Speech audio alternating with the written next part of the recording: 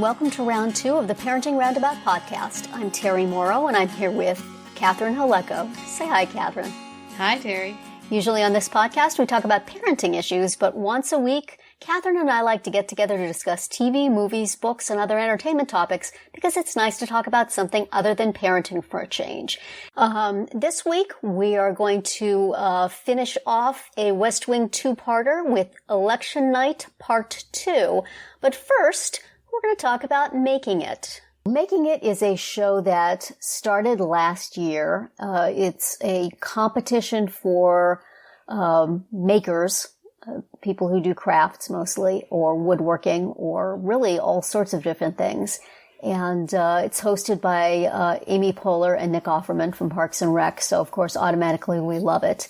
And I think we really enjoyed the season last year. We had some quibbles, but it was fun, and the person we wanted to win won. So that was great. And now here we are a year later with season 2, which is they are doing, instead of on a weekly basis, on a daily basis. It's going to be 4 days this week and then 3 days next week with a 2-hour finale. Right. The whole thing is going to be over and done with in 2 weeks. And perhaps because of that, I mean, I know last year's was pre-taped also. It was made very clear a number of times, at least in people's Instagram posts or whatever, that the thing had already finished and somebody had already won it. But it wasn't quite so obvious. This time they're really leaning into it. All like the bumpers and the intros and stuff like that are all showing things that we're going to be seeing during the competition. So that's weird to me. It's like weird to watch a competition show that's already been decided, considering most of the judging shows we've watched lately. Maybe that would be a good idea. Maybe they should sit down and say, okay, this is who's going to win. Let's work backwards. Right. But, usually they at least try to make some suspense or some idea that it could be anybody's thing at the beginning. Right. Which, I mean, it was when they were filming it. So it's just a quibble. It's just a little jarring to me. But they have a very appealing bunch of makers, I think, with a lot of different styles. And I really like this group. I like the stuff they were doing. Last year, I really was not happy with the judges. I didn't like a lot of the things they said. I didn't like a lot of their decisions. And then I was following all the makers on Instagram. And once the competition was over, they were all singing the praise of the judges, how nice they were, how helpful they were. Clearly, lots of stuff was going on off camera. Yeah. That made me feel a lot better about them. And that just what they chose to show made them look like jerks. So I'm going to give them the benefit of the doubt this year and assume that. And they were quite gentle today.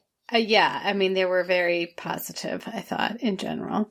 They were. Yeah, they were so positive that when they said something not positive to somebody, I thought, well, it made it seem even that much more harsh. Because, like, if you're just praising 8 of them unequivocally and then say to one person, but we're expecting better. It's like, well, why are you being mean to her? Right. It's like giving one person 10s when they make a mistake. Yes. We're still smarting from Dancing with the Stars, apparently.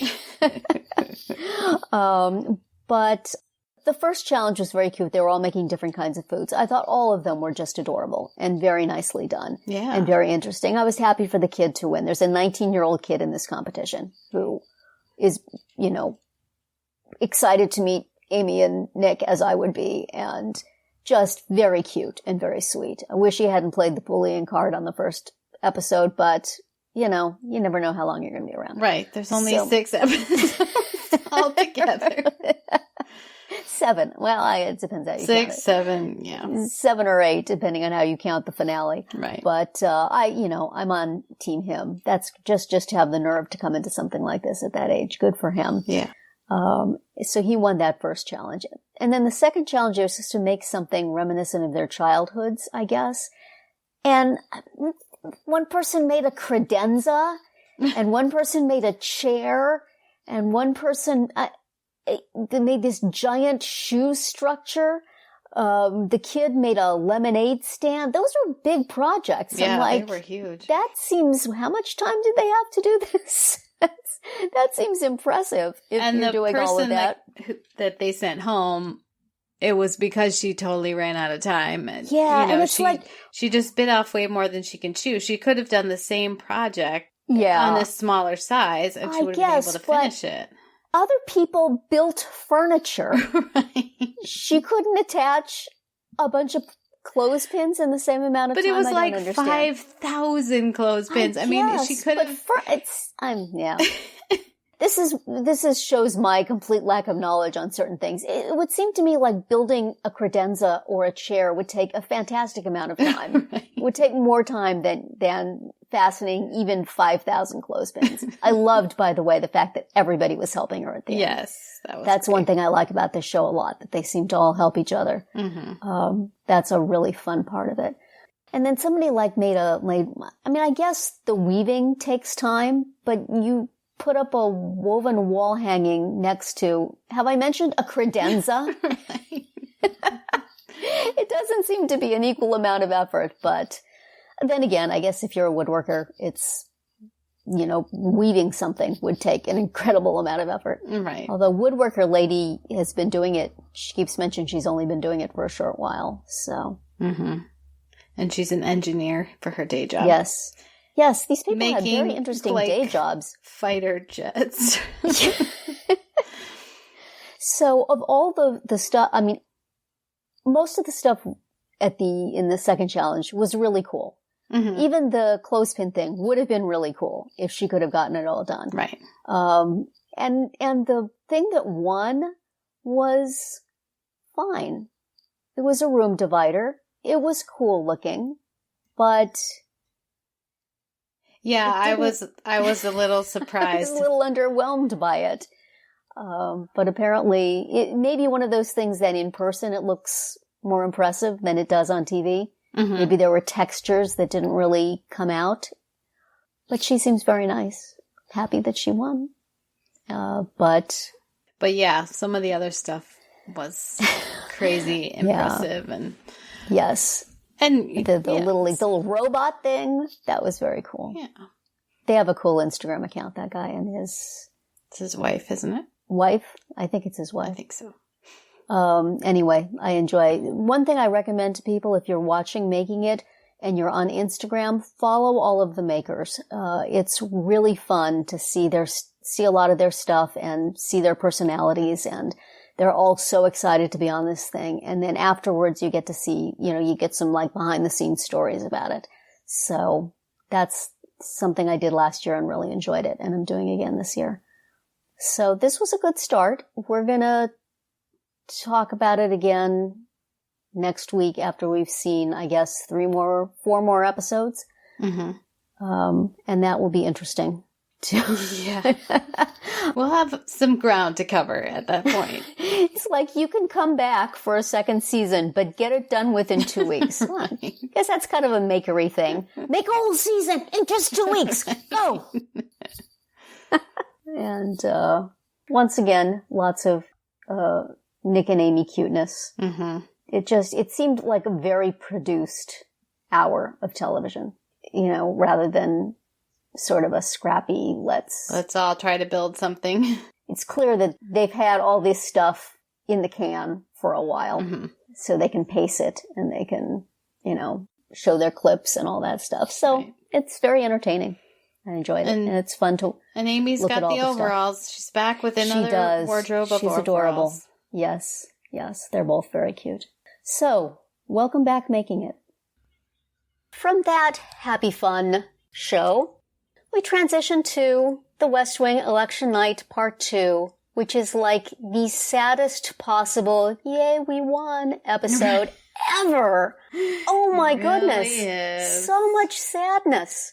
I see why they decided they couldn't possibly have Santos lose, because, wow, that was just like, how long is a show? It was like, 3/4 grief and 1/4 triumph. Yes. Oh, man. And you even had to feel a little bad for Vinnick losing. Yeah. Yeah. So even the triumph was a bummer to some degree.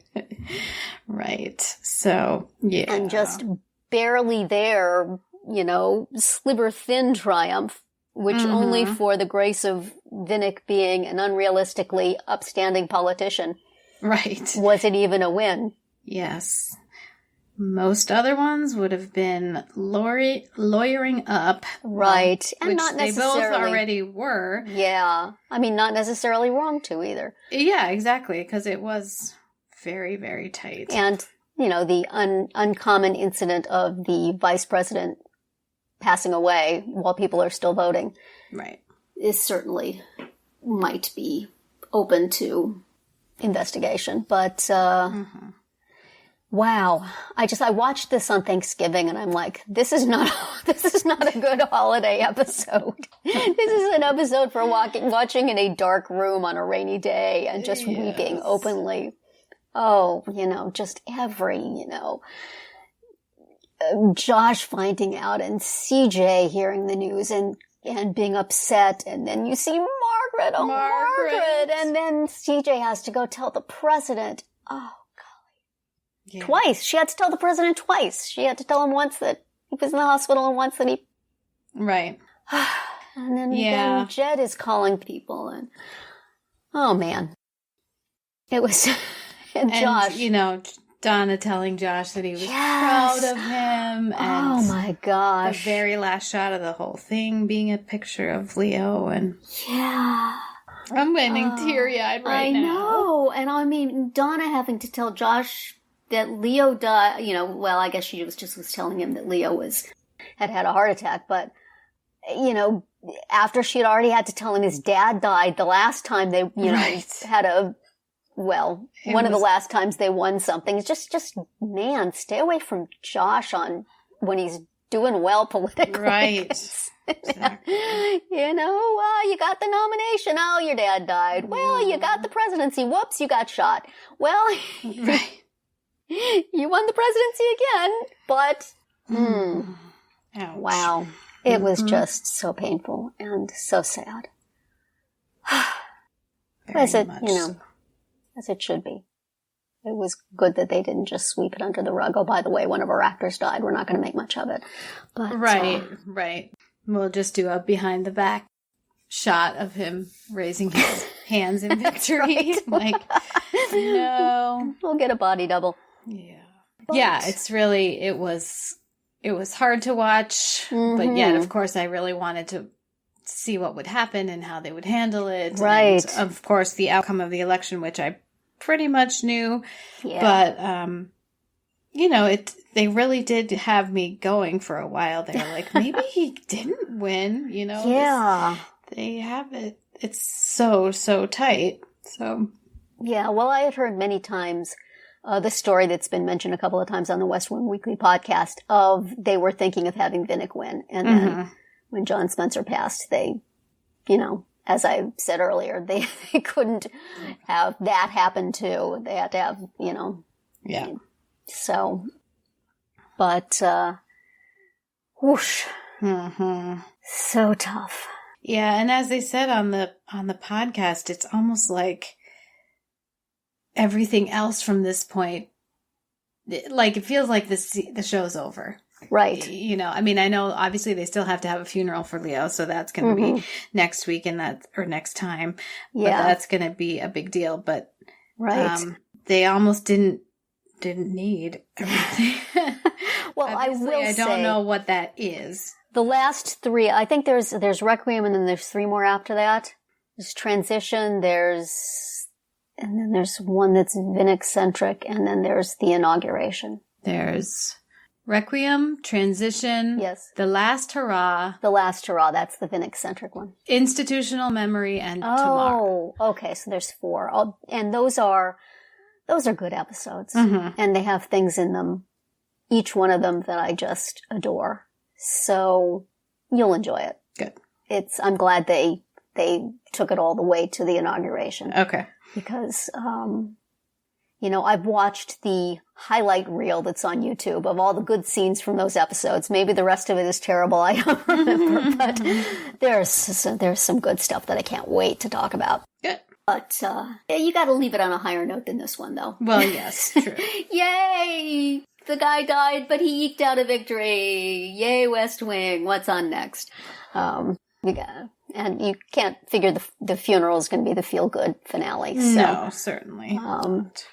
Yeah, I'm interested to watch that one because there's a thing that I'm remembering that I thought was at the wedding episode a while back, but now I realize must be part of this one, but it seems entirely inappropriate for a funeral, so I'm going to see how that goes. If I'm completely misremembering stuff, which is entirely possible, because my brain, not so swift these days.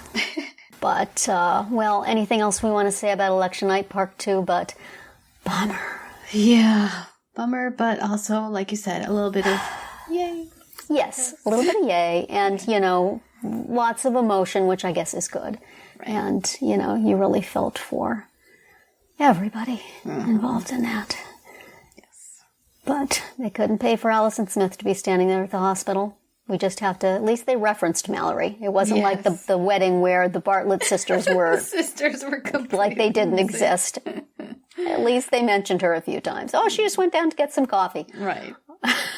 Thank you for thinking of her. Right. Well, I have a feeling we'll see her in the next episode. Yes.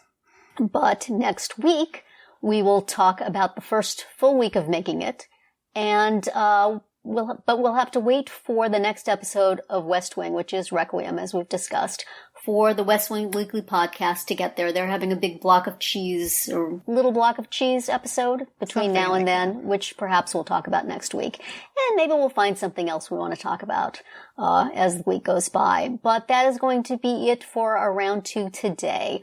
Please subscribe to our Parenting Roundabout podcast so you won't miss any of our episodes.